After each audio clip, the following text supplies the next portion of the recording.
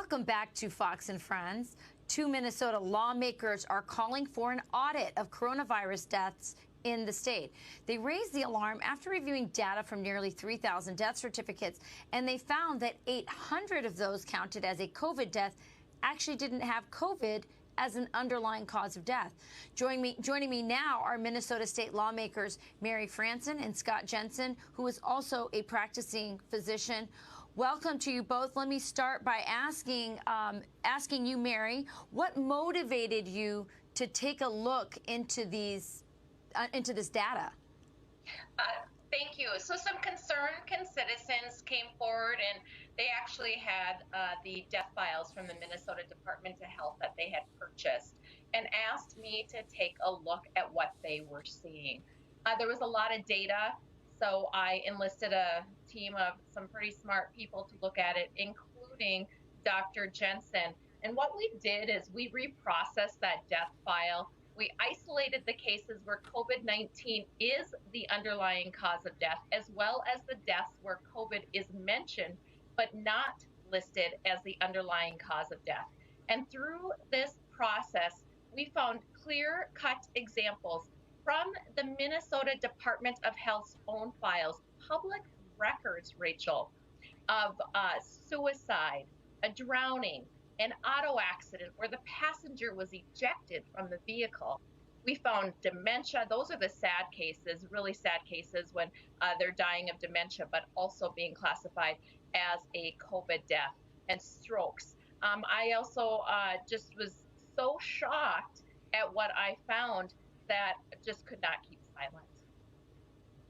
So who is directing that these deaths be counted in this way? I mean, how is this happening that this data is being so corrupted? Where's the direction coming from? Well, I think that's a good question for doctors. Yeah. Sure. Thank you. Dr. Jensen? If you go back to April last year, this past year, you'll see that the Department of Health and the CDC were both putting out advice and instructions to go ahead and use COVID-19 in a more casual manner than we've used before. It was as if the format that we've used for the last 17 years to identify the initiating event and the sequence of causation was changed if it involved COVID-19. That's where it started. So I think that we've seen a tremendous encouragement to go ahead and use COVID-19 as one of the diagnoses in the cause of death sequence. The most important diagnosis on a death certificate is the underlying cause of death. The underlying cause of death is oftentimes referred to as the UCOD. That's the one that gets tabulated as a part of our federal registrar. When we say that 650,000 Americans died of heart disease in the last year, we're looking at where was this diagnosis placed on the death certificate, and it would have been the underlying cause of death. But I think it begs a question that we have to follow the money. And when you see that the $2.2 billion came in, they were providing, if you could hit a threshold of 161 admissions to your hospital with COVID-19 diagnosis between January and June, you received $77,000 of additional money for each one of those admissions. Wow, well, that's the million-dollar question. Why? And you're saying that it's for the money, and that the CDC and the health departments are allowing this data to get corrupted. Really quickly, do you think that this kind of miscounting is happening across the country, not just in Minnesota? So in Florida, there was a House report that said a COVID-19 death toll was inflated by 10%. In Washington, it's been reported that the death toll could be overinflated by 13%.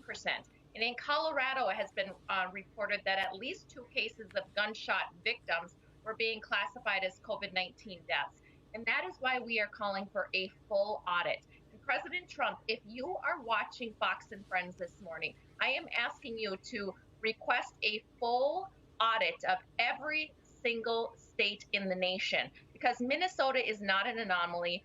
The citizens of our country are being led in fear, and that fear is leading them to make irrational decisions based on the governors with their shutdowns, with us not being able to exercise our life, our liberty, our pursuit of happiness. And so we need this audit. We need the truth, and the public deserves the truth. Well, thank you, Mary. Thank you, Dr. Jensen. This is very important, and you're right. The American people deserve the truth. Thank you.